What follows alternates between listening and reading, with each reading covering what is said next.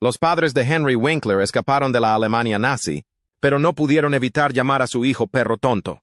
Su infancia estuvo llena de vergüenza. La escuela era una tortura. No sabía leer bien ni entender las matemáticas. Luego llegó Hollywood. Apenas podía conducir la moto que le hizo famoso. Su relación con otros miembros del reparto no era lo que parecía. Extrañas decisiones de ejecutivos de televisión cambiaron su vida para siempre. La verdad sobre lo que realmente le ocurrió a Henry Winkler rompería los corazones de millones de personas. Henry Winkler nació el 30 de octubre de 1945 en Manhattan. Sus padres habían escapado de la Alemania nazi justo a tiempo en 1939. Lo dejaron todo atrás.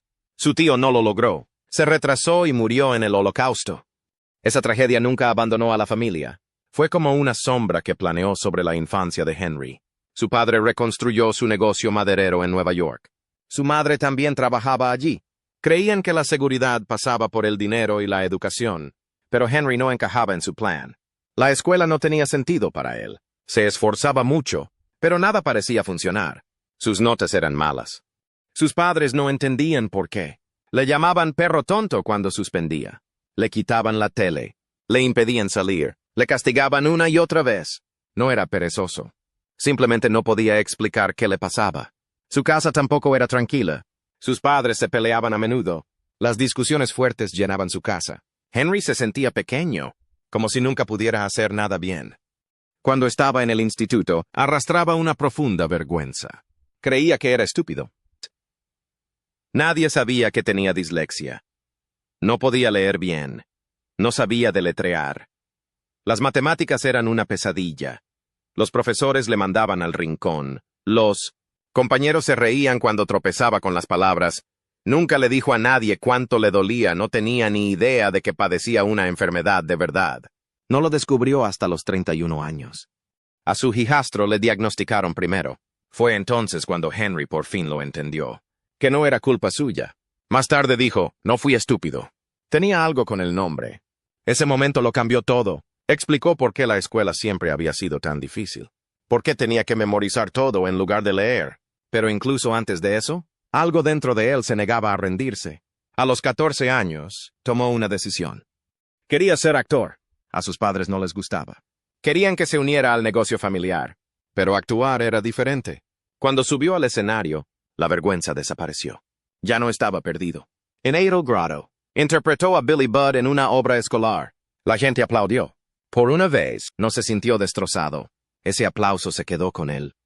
Siguió persiguiendo ese sentimiento. Mejoró memorizando guiones. Encontró formas de ocultar sus dificultades para leer. En el instituto, participaba en debates para evitar los trabajos escritos. Sabía cómo rendir incluso en clase. Su encanto se convirtió en su escudo, no paró después de graduarse. Solicitó plaza en 28 universidades y solo entró en 2. Una de ellas fue Emerson College en Boston. Eligió Emerson y estudió teatro. Por si acaso, también estudió psicología infantil. Estuvo a punto de suspender los 2 primeros años, pero algo encajó en el escenario. Protagonizó Pure Gynt. Sus profesores vieron lo que las clases normales no pudieron. Talento real. Se unió a una fraternidad, encontró amigos y poco a poco fue ganando confianza. Se graduó en 1967. Años después, la misma universidad le concedió un doctorado honoris causa. Ese mismo año apostó por algo aún más grande, la Escuela de Arte Dramático de Yale. Era una posibilidad remota. La audición fue dura. Tuvo que interpretar a Shakespeare. Pero cuando llegó el momento, su mente se quedó en blanco. Olvidó cada línea. Entonces hizo algo audaz, improvisó. Se lo inventó sobre la marcha. De alguna manera funcionó. Los jueces vieron su talento. Lo aceptaron. Era la oportunidad que necesitaba. En Yale, la presión era intensa. Los guiones eran difíciles. Leerlos le llevaba días, pero seguía adelante. Utilizaba su memoria y sus instintos. Si olvidaba algo, improvisaba con confianza. Los profesores no se daban cuenta. Sus compañeros admiraban su energía. Más tarde dijo que nunca había leído un guión exactamente como estaba escrito. Solo hacía lo que funcionaba. En 1970 obtuvo un máster en Bellas Artes. De 25 actores, solo 11 terminaron el programa. Él fue uno de ellos. Ese mismo año, fue elegido para el Teatro Reparatorio de Yale. Solo 3 estudiantes tuvieron esa oportunidad. Ganaba $173 a la semana. Los espectáculos eran intensos y exigentes. Shakespeare, Breed, obras modernas, piezas experimentales. Interpretó de todo. Trabajaba sin parar. Se convirtió en el campo de entrenamiento perfecto. Incluso entonces, la dislexia permaneció oculta. Tenía que prepararse más que nadie. Lo que otros leían en horas, él tardaba días en memorizarlo. Cuando los guiones no pegaban, se inventaba cosas. Se le daba tan bien que nadie lo sabía. Cuando más tarde actuó en obras de Neil Simon, pidió el guión meses antes. Así es como se las arreglaba. En otoño de 1971, Henry Winkler pensó que por fin había llegado su gran oportunidad. Acababa de terminar una carrera estable en el Yale Repertory Theater, ganando $173 a la semana, y fue contratado para interpretar Moon Children en el conocido Arena Stage de Washington, D.C. Pero lo que empezó como un sueño se convirtió en una pesadilla. Tras solo 3 semanas de ensayos, el director, Alan Schneider, le despidió. El motivo fue muy grave. Winkler nunca estuvo destinado a quedarse, solo había sido un sustituto hasta que el actor preferido del director estuviera disponible. Winkler se quedó atónito. Más tarde dijo que sentía como si su cerebro se hubiera convertido en queso crema, y las palabras del director sonaban como si vinieran de muy lejos. Desconsolado, volvió a meter los neumáticos de nieve en el coche y condujo de vuelta a Nueva York, llorando durante todo el trayecto. Ese solitario viaje de vuelta a casa no fue solo por perder el trabajo, se trataba de perder la fe. No dejaba de pensar que tal vez no era lo suficientemente bueno para lograrlo. Quizá nunca volvería a actuar. Pero Winkler no estaba listo para renunciar. De vuelta en Nueva York, se le ocurrió un plan. Si el teatro serio no pagaba las facturas, quizá los anuncios sí. Entre 1971 y 1973, consiguió unos 30 anuncios. No era glamuroso, pero le proporcionaba algo que todo actor necesitaba, unos ingresos estables. Con ese colchón, se unió al Manhattan Theater Club y actuó gratis en el escenario. Ya no se trataba de dinero, se trataba de mejorar, mantenerse en el juego y probarse algo a sí mismo. Al mismo tiempo, se unió a un grupo de improvisación llamado Off the Wall New York. Fue una decisión inteligente. Los anuncios le dieron libertad. El teatro le dio credibilidad y la improvisación le hizo crecer como nunca lo habrían hecho los guiones. Juntos, le hicieron crecer en todas direcciones. Entonces llegó su oportunidad en Broadway. El 11 de marzo de 1973, Winkler pisó el escenario de Broadway en una obra titulada 42 Seconds from Broadway. Para la mayoría de los actores, ese momento sería inolvidable. Pero este fue inolvidable por las razones equivocadas. El espectáculo se estrenó y se clausuró la misma noche. Solo una representación. Toda la esperanza, todo el esfuerzo, todos los sueños acumulados durante años. Se esfumaron en menos de 24 horas. Winkler se prometió algo esa noche. Un día lo arreglaría. No iba a dejar que el fracaso de una noche fuera el titular de su historia. Ese mismo año empezó a abrirse camino en el cine. Consiguió un papel en The Lords of Flatbush, una descarnada historia sobre greasers de Brooklyn ambientada en los años 50. Winkler interpretaba a Butchie Weinstein y uno de sus coprotagonistas era el entonces desconocido Sylvester Stallone. La película, de bajo presupuesto, le proporcionó tiempo en pantalla y experiencia. Al mismo tiempo, consiguió un papel en Crazy Joe, interpretando a un personaje llamado Manny. No eran éxitos de taquilla de Hollywood, pero importaban. Le dieron una nueva dirección. Seguía teniendo problemas con las audiciones, sobre todo con las lecturas en frío, debido a su dislexia no diagnosticada. Pero aprendió a trabajar con ella. Encontró su propia manera de entender los guiones y mostrar emociones. Los trabajos seguían llegando porque la gente podía ver su talento en bruto, disfrazado tras una ansiedad silenciosa, pero imposible de ignorar. Ese verano ocurrió algo inesperado. Su agente no dejaba de insistirle para que fuera a Hollywood. Winkler no creía que fuera para él. Se veía a sí mismo como un actor de Nueva York, basado en el teatro. Pero finalmente, accedió a probar Los Ángeles durante un mes. Solo una prueba. Utilizó el dinero de sus anuncios para financiar el viaje y se trajo a su amigo Perry King como apoyo. Aterrizaron en Los Ángeles el 18 de septiembre de 1973 y en 5 días todo cambió. Winkler consiguió un papel como invitado en el show de Mary Tyler Moore. Era un papel pequeño, pero se emitió en uno de los programas más populares del país. Ese momento le abrió las puertas. Siguieron las audiciones. El interés creció. De repente, Hollywood no parecía tan lejano. Ese primer papel como invitado a cenar incómodo llevó a una segunda audición. Y esa segunda audición fue para Happy Days. El papel tenía solo 6 líneas. No era lo que los creadores estaban buscando. Querían un galán alto y rubio. Winkler medía 1,70 e. Era moreno y nada parecido. Aún así, lo llamaron para un intento más. El 30 de octubre, el día de su cumpleaños, entró en la sala. Se puso una chaqueta de cuero. Cambió la voz. Leyó las líneas. Luego lanzó el guión al aire y salió sin decir una palabra más. Todos los presentes se quedaron mirando. Más tarde, ese mismo día, recibió la llamada. El papel era suyo, pero hizo una petición. No quería interpretar solo a un tío guay. Quería demostrar que ese personaje tenía corazón. Aquella audición audaz no solo le dio el trabajo, sino que cambió la historia de la televisión. Cuando Happy Days salió al aire en enero de 1974, el Fonsa de Winkler era solo un compañero. Y en el primer episodio, el guión le pedía que se pusiera delante de un espejo y se peinara como cualquier engrasador de los años 50. Pero Winkler pensó que era demasiado obvio. Así que cuando rodaron las cámaras, levantó el peine, se miró en el espejo, asintió como un rey y guardó el peine. Su mensaje era claro. Fonsa no necesitaba arreglarse el pelo. Ya estaba perfecto. Los productores se opusieron, pero Winkler se mantuvo firme. Ese pequeño movimiento se convirtió en la esencia del encanto de Fon. Tranquilo, confiado y genial sin esfuerzo.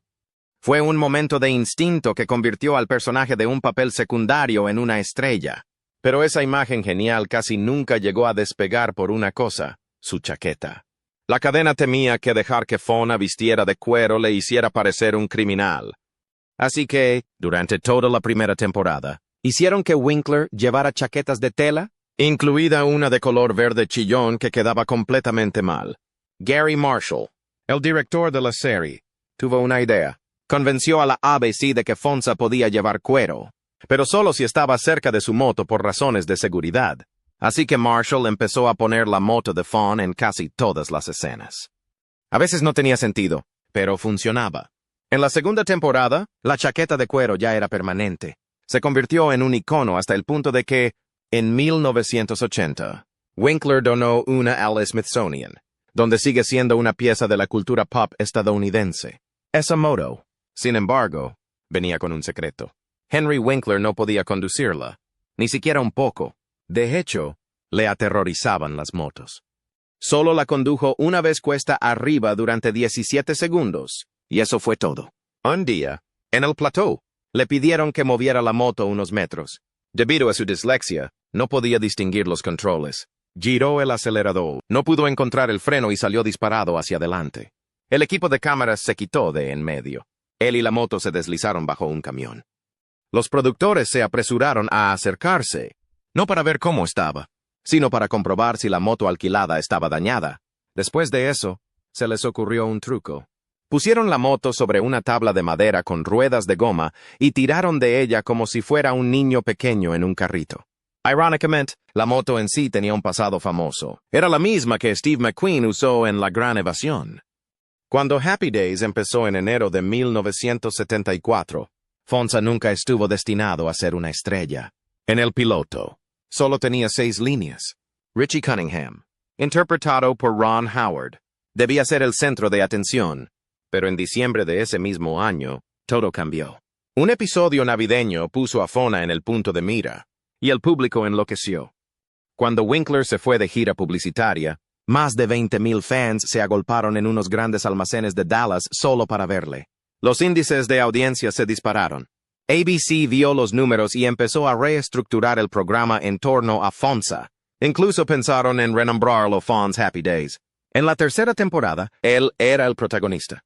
En Navidad, la cadena regaló a todos los miembros del reparto carteras a juego. Winkler se llevó un VCR valorado en miles. Ron Howard dijo más tarde que se sintió arrinconado en su propio programa. Pero Fonsa siguió creciendo. Su chaqueta de cuero fue a parar al Smithsonian. Sus eslóganes y siéntate encima se repetían en todos los hogares. En 1999, TV Guide lo clasificó como el cuarto mejor personaje televisivo de todos los tiempos. Cuando Happy Days terminó en 1984, Henry Winkler era uno de los rostros más famosos de Estados Unidos. Pero una vez que las cámaras dejaron de rodar, su teléfono dejó de sonar.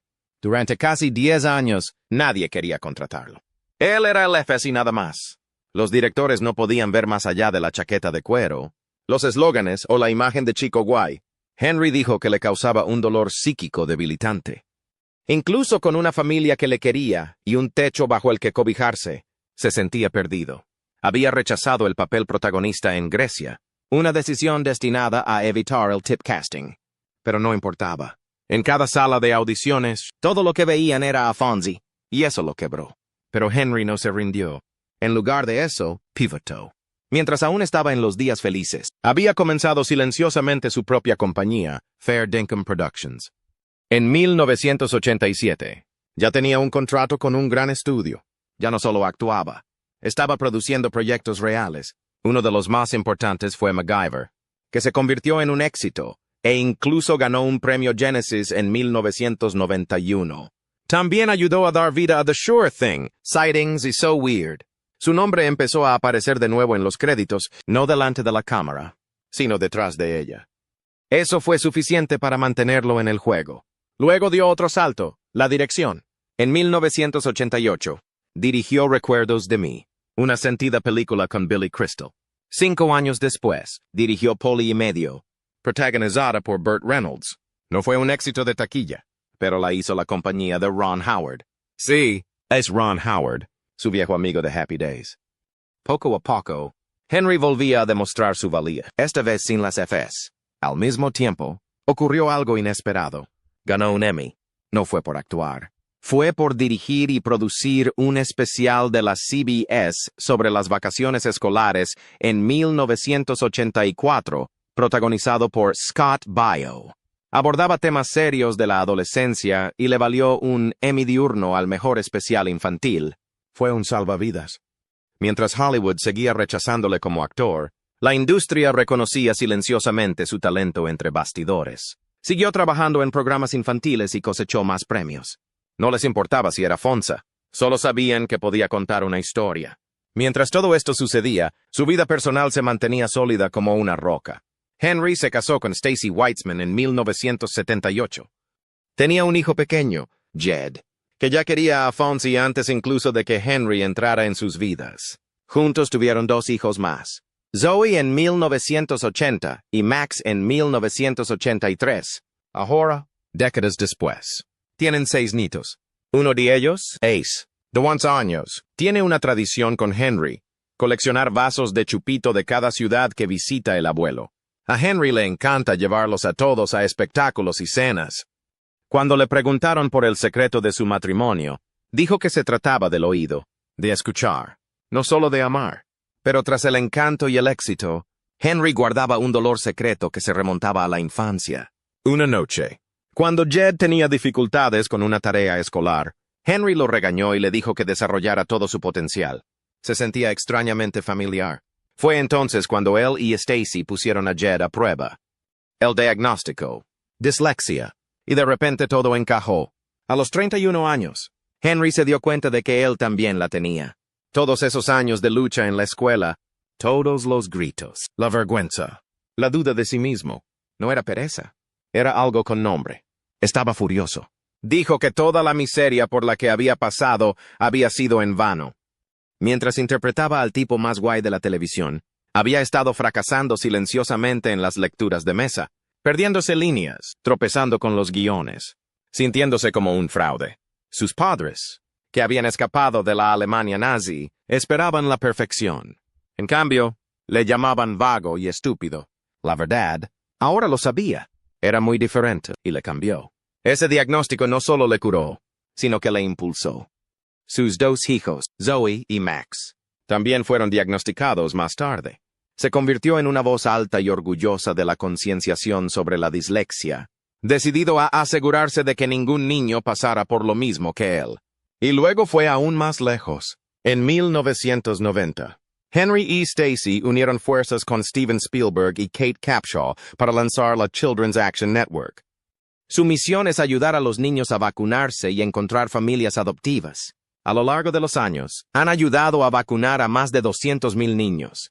Esa labor les valió el premio humanitario Norma Sarkey. Henry no solo sobrevivió a Hollywood, encontró la manera de que sirviera para algo más grande. Y entonces llegó Adam Sandler. El 3 de diciembre de 1994, Sandler cantó la canción Chanika en Saturday Night Live y mencionó que Fonsa era una cuarta parte judía. Esa pequeña broma lo cambió todo. Henry llamó a Sandler para darle las gracias. Esa llamada se convirtió en una amistad. Esa amistad se convirtió en un salvavidas. 4 años después, salvó su carrera. En 1998, Sandler estaba rodando El Aguador cuando se produjo el desastre. Su actor para el entrenador Clean abandonó en el último segundo. A las 11:30 p.m. Sandler llamó a Winkler asustado. «Henry, necesito un favor», le dijo. Winkler no lo dudó. Se afeitó, condujo hasta el plató y se sentó a maquillarse hasta las 3:30 a.m. Ese sprint nocturno llevó a un éxito de taquilla. El Niño del Agua hizo $190 millones en todo el mundo, con un presupuesto de solo $20 millones. Fue una locura. Winkler bromeó más tarde diciendo que mientras Sandler regalaba Maseratis a sus coprotagonistas adultos, él solo recibía una galleta. Pero el verdadero regalo fue otra cosa. Estaba de vuelta. Ese papel dio lugar a muchos más con Sandler. Apareció en Pequeña Nicky, Click. No te metas con el Zohan y Sandy Wexler. Pero no se trataba solo de comedia. Winkler finalmente tuvo espacio para actuar de nuevo. Y ese espacio le abrió nuevas puertas. En 2003, Arrested Development le dio un nuevo tipo de protagonismo. Se suponía que solo iba a aparecer una vez, pero su personaje de Barry Zuckerhorn, un abogado hilarantemente horrible, se convirtió en un habitual. Winkler se quedó 5 años y 32 episodios. La serie estaba llena de chistes inteligentes. En una escena, Barry salta sobre un tiburón en un muelle, haciendo referencia al infame momento Fonsa que dio origen al término saltar el tiburón. Entonces trajeron a Scott Baio para sustituir a Barry como en Happy Days. Baio incluso dijo, «Esta no es la primera vez que he reemplazado a Barry». A los fans les encantó. Mientras volvía a la comedia, Winkler también recordó al mundo que podía hacer drama. En The Practice, entre 1999 y 2000, interpretó al Dr. Henry Olsen, un papel serio y emocional. Le valió una nominación a los Emmy, su primer reconocimiento serio en casi 20 años. Llegó en un momento en que estaba luchando duro para salir de la sombra de Fonzie. Y funcionó. Pero Winkler no dejó de sorprender. En Parks and Recreation, interpretó al Dr. Lou Saperstein, un padre despistado y demasiado cariñoso con 2 de los personajes más salvajes de la serie. John Rallo y Mona Lisa eran caóticos y él lo fomentaba todo. Cuando Mona Lisa gritó, «Nunca he hecho nada malo», su respuesta fue instantánea. «Lo sé y te quiero». Su estilo de crianza era un desastre, pero daba pie a una comedia perfecta. Incluso intentó arruinar el negocio de Tom H. Ford por una historia falsa que le contaron sus hijos. Y en el final, les ayudó a fingir una muerte para montar un casino en Tayikistán. Ese es el tipo de apoyo desquiciado que solo Winkler podría hacer creíble e hilarante. Detrás de la cámara, algo más estaba sucediendo. En 2003, firmó un pequeño contrato para escribir 2 libros infantiles. Esos 2 libros se convirtieron en una franquicia. Hank Zyper, una serie sobre un niño con dislexia, se convirtió en 17 libros. Luego vino Aquí está Hank con 12 más. Luego Ghost Buddies, Alien Superstar y Detective Duck. En total, 38 libros. La BBC incluso convirtió Hank Zyper en una serie. Y Winkler interpretó a Mr. Rock, un profesor basado en alguien que le ayudó de niño. El especial de Navidad se emitió en 2016. En 2022, HBO Max empezó a retransmitirlo todo en streaming. Sus historias llegaron a niños de todo el mundo. Muchos que, como Winkler, luchaban contra la dislexia. Entonces llegó Barry. En 2016, Bill le preguntó a HBO si podían conseguir que Winkler hiciera una audición. Cuando Winkler se enteró, trabajó con su hijo Max para prepararse. El personaje Gene Cuseno debía ser frío y cínico, pero Winkler aportó corazón al papel. Hizo a Gan más humano, aún egoísta, pero con alma. Esa actuación le valió finalmente su primer Emmy en 2018. Llevaba 43 años esperando. Cuando subió al escenario, dijo, «Escribí esto hace 43 años». El público se puso en pie. Luego añadió, «Si te quedas en la mesa el tiempo suficiente, las fichas vienen a ti». Y esta noche, «Tengo que limpiar la mesa». Solo tenía 19 segundos para hablar, pero hizo que cada uno de ellos contara. La pandemia retrasó la tercera temporada de Barry. La producción se detuvo en marzo de 2020 y tardó 2 años en reiniciarse. Para cuando se reanudó el rodaje en 2022, Winkler rondaba los 70 años y trabajaba bajo estrictos protocolos de CO. Menos gente en el set. Pruebas constantes, sin audiencia, pero valió la pena. La tercera temporada recibió críticas muy favorables. Winkler siguió ofreciendo interpretaciones impactantes, equilibrando la comedia negra con la emoción real. Los premios fueron 2 premios de la crítica, 4 nominaciones a los Emmy, 4 nominaciones a los premios SAG y 3 nominaciones a los Globos de Oro. El complicado duelo. La culpa y el crecimiento de su personaje hicieron de Gene uno de los personajes más inolvidables de la televisión. En septiembre de 2011, a Henry Winkler le ocurrió algo especial. La reina Isabel II le concedió un OB, oficial honorario de la excelentísima Orden del Imperio Británico. Eso no es algo que reciban muchos estadounidenses, pero Winkler no lo recibió por actuar. Se lo ganó por ayudar a niños del Reino Unido que luchan contra la dislexia y las diferencias de aprendizaje. No fue una visita puntual. Pasó años trabajando con escuelas británicas. Fue el embajador de la campaña My Way, un proyecto que mostraba cómo los niños aprenden de distintas maneras. Estaba respaldado por el gobierno y organizado por un periódico infantil llamado First News. Winkler conectó profundamente con esta causa porque conoce la lucha. No le diagnosticaron dislexia hasta los 31.